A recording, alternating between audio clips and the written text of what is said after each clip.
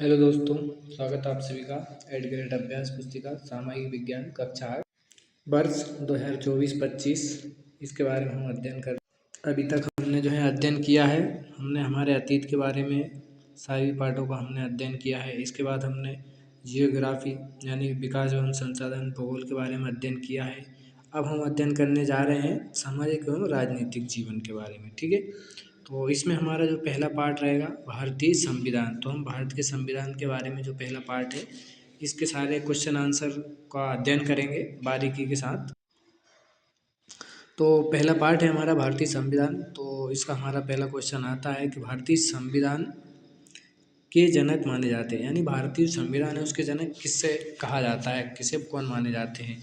तो इसका हमारा राइट आंसर होगा जो हमारे डॉक्टर B.R. अम्बेडकर यानी डॉक्टर भीमराव अम्बेडकर हैं, वो भारतीय संविधान के जनक माने जाते हैं, यानी जनक कहा जाता है उनको। दूसरा हमारा क्वेश्चन आता है संघवाद से क्या से।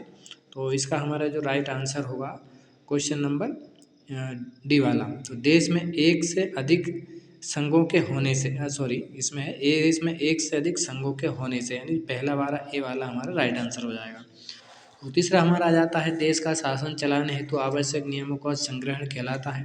तो ये इसका आंसर होगा संविधान, यानी किसी भी देश का शासन चलाने के लिए आवश्यक नियमों का जो संग्रहण होता है इसको अपन संविधान कहते हैं। ठीक है, चौथा हमारा आता है संविधान के अनुसार सरकार का अंग नहीं है। जो संविधान है उसके अनुसार देखो संविधान के अंग है विधायिका है, कार्यपालिका है, न्यायपालिका है। जो प्रेस है ना वो संविधान का अंग नहीं है। तो हमारा राइट आंसर होगा प्रेस। पांचवा हमारा आता है किसी भी व्यक्ति को अनाधिकृत या अकारण रूप से थाने में रोका जाता है तो वह अपने बचाव के लिए किस मौलिक अधिकार का उपयोग कर सकता है। तो इसका हमारा आंसर होगा संवैधानिक उपचार का अधिकार, यानी किसी भी व्यक्ति को अगर यदि जबरदस्ती थाने में रोका जाता है तो वह अपने बचाव के लिए संवैधानिक उपचार का अधिकार का जो है उपयोग कर सकता है। आगे चलते हैं तो हमारा आगे आता है रिक्त स्थानों की पूर्ति कीजिए। तो पहला हमारा रिक्त स्थान है संघीय शासन व्यवस्था के में केंद्र और राज्य के कार्य क्षेत्रों का विभाजन संविधान में संघ सूची, राज्य सूची व खालिस्तान सूची में समाहित, यानी समवर्ती सूची में समाहित होता है। तो बी वाला हमारा आता है हमारे देश में सरकार जो है 3 स्तर पर कार्य करती है। ठीक है, और इसके अलावा जैसे कि विधायिका, कार्यपालिका और न्यायपालिका 3 स्तर हमारी जो संविधान में कार्य करती है सरकारें। ठीक है, और सी वाला जो हमारा आता है तो राष्ट्रीय महत्व के मामलों पर राज्यों को केंद्र सरकार द्वारा बनाए गए कानूनों का पालन करना होता है, यानी राष्ट्रीय महत्व के मामलों पर। ठीक है, जो केंद्र सरकार जो पालन देती है, जो आज्ञा देती है उसको राज्य सरकारों को मानना होता है। डी वाला आता है हमारा सरकार की जिम्मेदारी होती है कि कानून बनाना और उसे लागू करना, यानी सरकार की जिम्मेदारी होती है कि वो देश की जनता के लिए कानून बनाए और कानून बनाकर उनको लागू करे जनता के लिए। ठीक है, ये वाला हमारा आता है संसदीय शासन पद्धति में जनता जो है अपने प्रतिनिधियों का चुनाव करती है, यानी संसदीय शासन पद्धति है उसमें जनता अपने नेता का चुनाव स्वयं करती है। ठीक है, तो अब आ जाते हैं हमारे क्वेश्चन आंसर की ओर।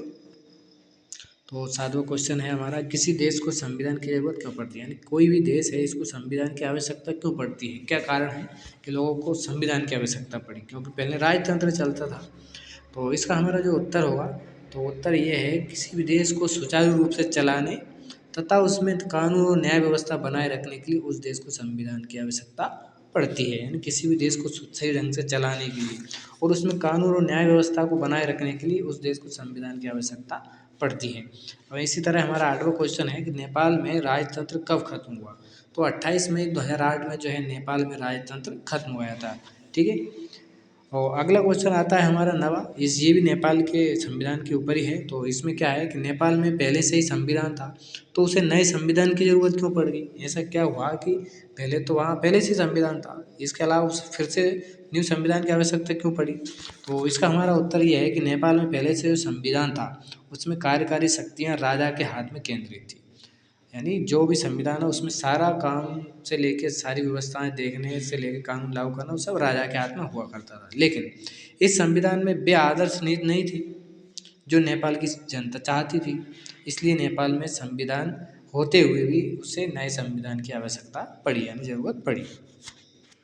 अब इसी तरह हमारा 10वां क्वेश्चन आता है भारतीय संविधान का सभा का गठन किस वर्ष में किया गया और इसके निर्माण में कितने वर्ष लगे। तो देखो इसका वो सिंपल है कि भारत का जो संविधान है उसको बनाने में कितना समय लगा और कब इसका निर्माण हो गया था। तो ये तो बहुत सिंपल है। तो भारतीय संविधान सभा का गठन जो है जुलाई 1946 में किया गया था, यानी भारत की संविधान सभा का गठन किया गया था जुलाई 1946 में किया गया था। अब इसके निर्माण में कुल 2 वर्ष 11 माह और 18 दिन का समय लगा था, यानी हमारा जो भारत का संविधान है वो 2 वर्ष 11 महीने और 18 दिन में बनकर तैयार हो चुका था। ठीक है, तो ये हमारा 10वां क्वेश्चन समाप्त होता है। अब हम आ जाते हैं हमारे 11वें क्वेश्चन की ओर। तो 11वां हमारा क्वेश्चन है, तो क्वेश्चन ये है कि संघवाद से क्या तात्पर्य है। तो संघवाद का अर्थ है कि देश में एक से ज़्यादा स्तर की सरकारों का होना।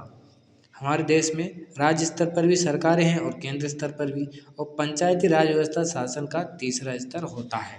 ठीक है, जो पंचायती राज व्यवस्था है वो सरकार का शासन का जो है तीसरा स्तर माना जाता है। ठीक, 12वां क्वेश्चन है सार्वभौमिक मताधिकार का अर्थ लिखिए। तो इसका हमारा उत्तर हुआ सार्वभौमिक मताधिकार से तात्पर्य उस अधिकार से है जिसमें किसी भी व्यक्ति को मत देने का अधिकार प्राप्त है। इसके तहत ये सुनिश्चित किया जाता है कि कोई भी व्यक्ति चाहे वह किसी भी धर्म, जाति, लिंग, रंग आदि का हो, उसे मतदान का अधिकार प्राप्त हो। ये क्या है, सार्वभौमिक मताधिकार का अर्थ हुआ है, इसके बारे में हुआ है। 13वां हमारा क्वेश्चन आता है सरकार के तीनों अंगों के नाम लिखें। कानून को लागू करने का काम किस अंग के द्वारा किया जाता है। तो हम लिखते हैं कि सरकार के अनुसार 3 अंग होते हैं, यानी संविधान जो है उसके अनुसार सरकार के 3 अंग होते हैं। तो पहला हमारा आ जाता है विधायिका, दूसरा आ जाता है कार्यपालिका, तीसरा आ जाता है न्यायपालिका। ये सरकार के 3 अंग हो जाते हैं। अब वो बात क्या है, कानून को लागू करने का काम है, अंग है, किस अंग के हाथ में होता है। तो इसका हमारा उत्तर होता है कानून को लागू करने का जो कार्य होता है वो कार्यपालिका के द्वारा किया जाता है। यानी सरकार के 3 अंग होते हैं, विधायिका, कार्यपालिका और न्यायपालिका। अब जो कानून को लागू करते हैं, यानी कानून को लागू करने का जो कार्य होता है वो कार्यपालिका के द्वारा किया जाता है।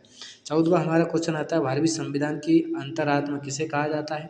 तो हम लिखेंगे भारतीय संविधान की जो अंतरात्मा है संविधान को कहा जाता है। क्यों कहा जाता है, क्योंकि मौलिक अधिकार देश के सभी नागरिकों को राज्य की सत्ता को मनमाने ढंग से और निरंकुश इस्तेमाल से बचाते हैं।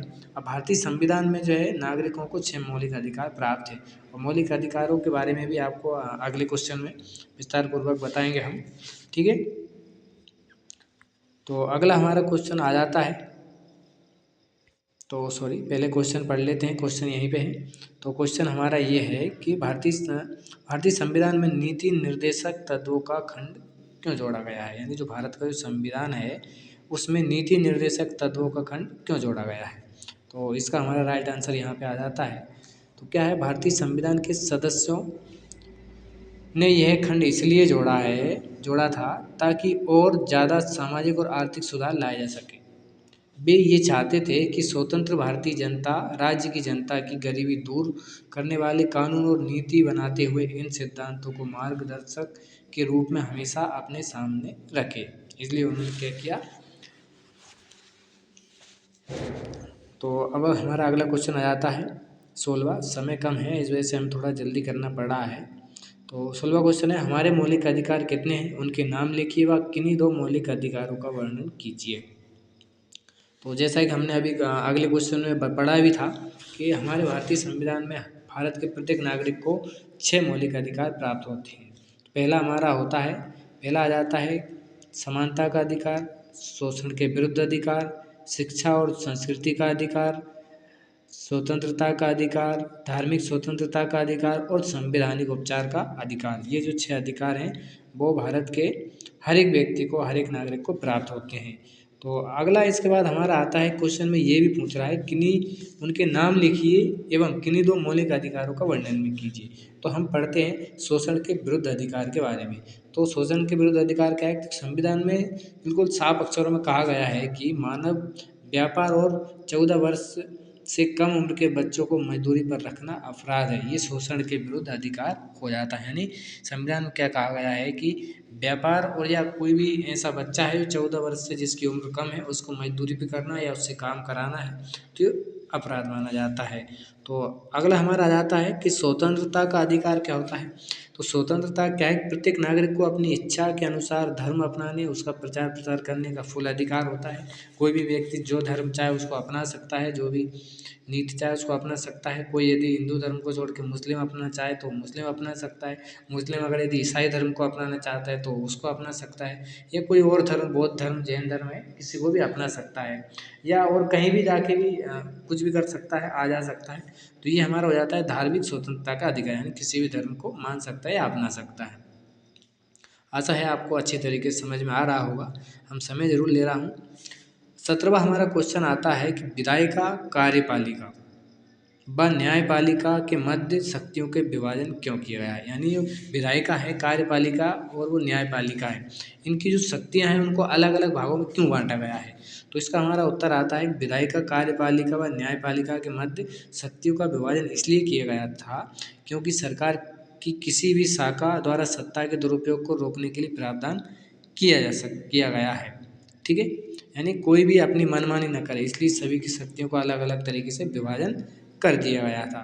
तो इसके बाद हमारा आ जाता है, अगला है, किया जाता है कि इन सभी अंगों की शक्तियाँ एक दूसरे से अलग होंगी। शक्तियों के इस बंटवारे के आधार पर प्रत्येक अंग दूसरे पर अंकुश रखता है। इस तरह तीनों के अंग में सत्ता के बीच में संतुलन बना रहता है। यानी तीनों की शक्तियों को इस वजह से अलग अलग रखा गया था ताकि कोई भी अपनी शक्ति का दुरुपयोग न करे। सबकी एक दूसरे की पकड़ होती है शक्तियों पर। जैसे अगर यदि कोई गलत वो कर रहा है तो दूसरा उसको टोक सकता है, उस पर आवाज़ उठा सकता है, उसके विरुद्ध बोल सकता है, कार्रवाई कर सकता है। इसलिए सभी की शक्तियों को अलग अलग विभाजित किया गया था। अब हमारा अंतिम और आखिरी जो क्वेश्चन आ जाता है 18वां। तो ये क्वेश्चन ये है, क्या किसी व्यक्ति को चुनाव लड़ने के लिए किसी विशेष पृष्ठभूमि से होना आवश्यक है? लिखिए। तो इसका सिंपल आंसर है कि किसी भी व्यक्ति को चुनाव लड़ने के लिए किसी विशेष पृष्ठभूमि से होना आवश्यक नहीं है। यानी इसमें क्वेश्चन हमें पूछना चाहता है कि किसी भी व्यक्ति को जैसे चुनाव लड़ना है तो वो किसी विशिष्ट जगह से होना चाहिए उसको।